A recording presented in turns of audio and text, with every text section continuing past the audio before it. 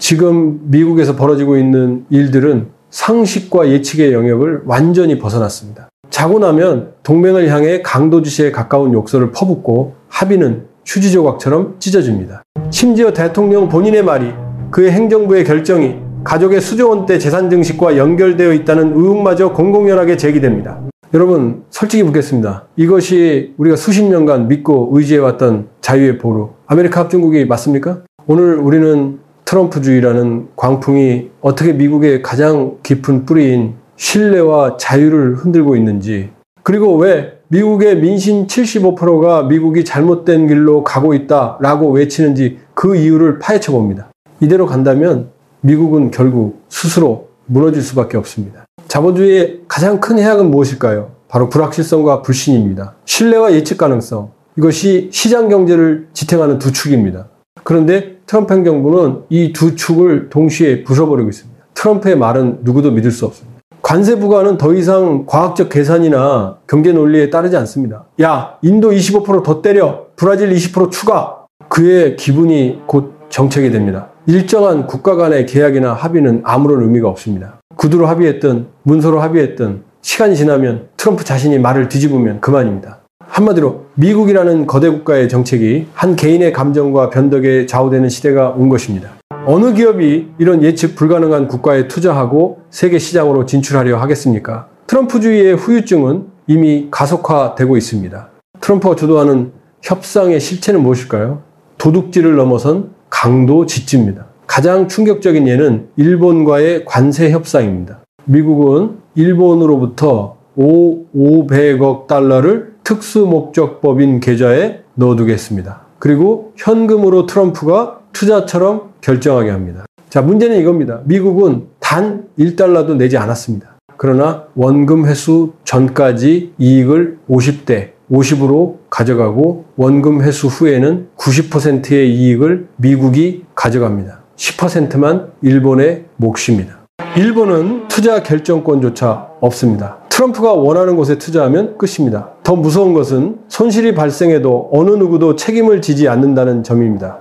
돈을 낸 건 일본인데 결정은 미국이 하고 손실이 나도 평등하게 책임이 없다는 논리입니다. 일본 내부에서도 이건 계약이 아니라 갈치다라는 분노가 터져나오는 것은 당연합니다. 일본의 사례가 강도라면 우리 대한민국에 대한 요구는 국가 부도를 강요하는 것이나 마찬가지입니다. 트럼프는 우리에게도 500억 달러를 요구하고 있습니다. 일본의 외환보유고는 1조 3천억 달러지만 우리는 200억 달러에 불과합니다. 500억 달러는 우리 외환보유액의 84%에 달하는 금액입니다. 이 돈을 현금으로 주고 나면 남는 것은 600, 700억 달러. 곧바로 동남아시아 일반 국가 수준으로 폭락하며 즉시 외환위기가 옵니다. 우리는 일본처럼 미국과 무제한 통화 스와프가 체결되어 있지도 않고 엔화처럼 비축통화도 아닙니다.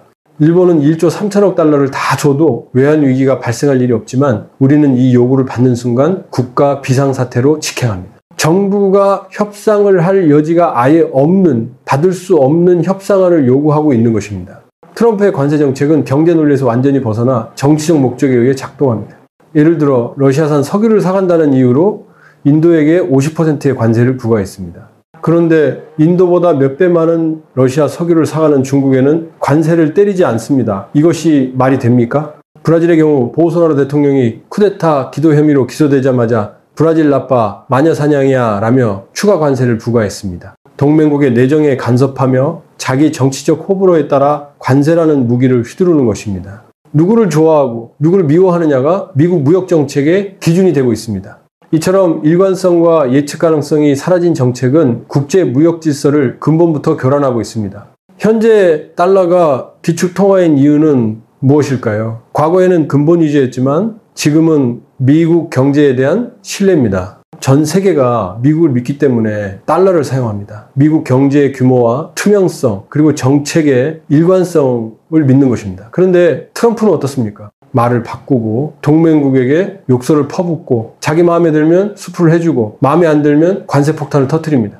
심지어 러시아와의 영토 문제처럼 민감한 국제 이슈에서도 하루아침에 입장을 뒤집습니다. 신뢰가 무너지는 순간 달러는 더 이상 금같이 변함없는 가치가 될 수 없습니다. 전 세계는 이미 미국과의 교역 규모를 줄이려 하고 있습니다.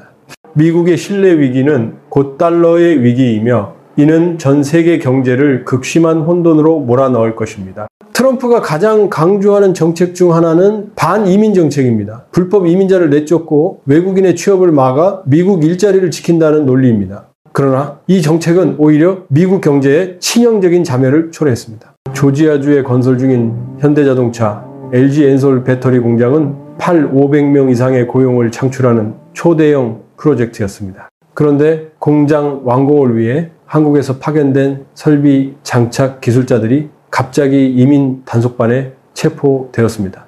심지어 비인도적인 수갑이 채워지고 심각한 인권 침해가 발생했습니다. 이민 단속국은 자신들의 실적을 자랑했지만 뚜껑을 열어보니 어땠습니까? 미국을 돕기 위해 간 전문가들을 범죄자 취급한 것입니다.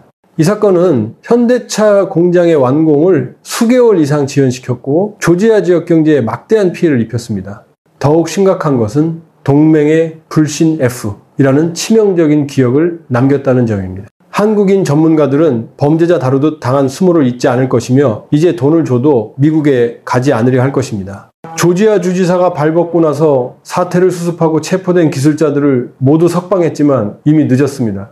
결국 미국은 후속 협상에서 ESTA로도 단기 상용 비자로 일을 할 수 있다고 합의했습니다.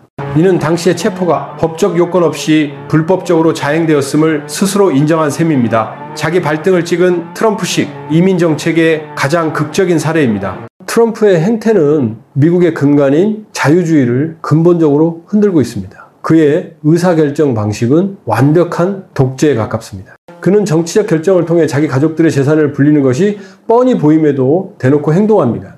만약 대한민국이었다면 탄핵이 10번도 더 당했을 일입니다. 뿐만 아니라 언론의 자유마저 침해합니다. 자신을 비난하는 토크쇼를 방영했다는 이유로 방송통신위원회 격인기관을 통해 ABC 방송국에 면허 취소를 운운했습니다.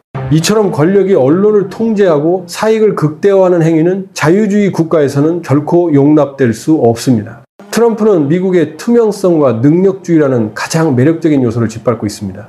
트럼프의 독재적 성향은 군대에서 극적으로 드러났습니다. 그는 갑자기 전 세계의 미군 장성들을 모두 본토로 소집했습니다. 지휘관들이 모두 사라지는 그 자체로 위기 상황이었습니다. 장성들을 모아놓고 그가 한 연설의 내용은 무엇이었을까요? 정치적 올바름은 끝났다. 뚱뚱한 장군들은 보기 싫다. 남성 위주 군대가 돼야 한다는 것이었습니다. 그리고 장시간 자기 연설만 늘어놓았습니다. 전 세계의 핵심 장성들을 모두 불러 모아놓고 정치적 연설을 하는 지도자가 누가 있었습니까? 바로 김정은 뿐입니다. 트럼프는 미국의 핵심 가치인 다양성과 능력주의를 공격하고 군대까지 자신의 정치적 입맛에 맞게 재단하려 했습니다. 다양성은 미국을 용광로로 만들고 전 세계 우수한 인재를 끌어당긴 힘이었습니다. 그 근본을 흔들고 있는 것입니다. 트럼프는 동맹국들에게 우리의 피와 땀을 뺏어갔다고 주장하지만 이는 역사적 사실을 완전히 뒤집는 주장입니다. 지난 수십 년간 미국은 개발도상국의 값싼 노동력으로 생산된 질 좋은 물건들을 아주 저렴하게 소비했습니다. 대한민국 어머니, 아버지들의 밤샘 작업과 휴일 없는 노동의 대가였습니다. 미국은 그렇게 풍요로운 소비국가로 살았고 돈이 부족하면 국채를 발행하고 달러를 찍어내 재정적자를 감당했습니다.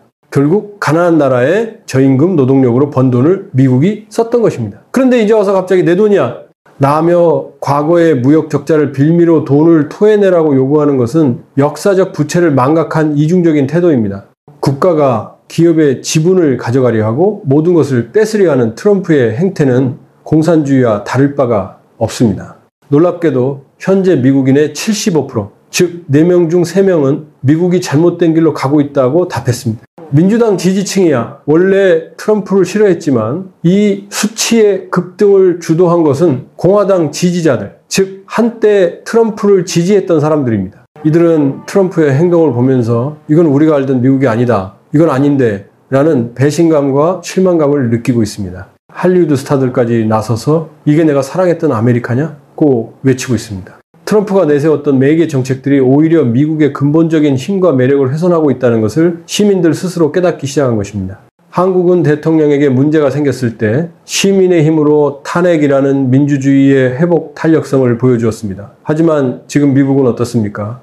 트럼프의 막무가내식 행보에 대해 대통령을 견제할 수 있는 수단이 의외로 부실하다는 것이 드러났습니다. 미국의 지도부는 무력해졌고 공화당은 트럼프의 손아귀에 있습니다.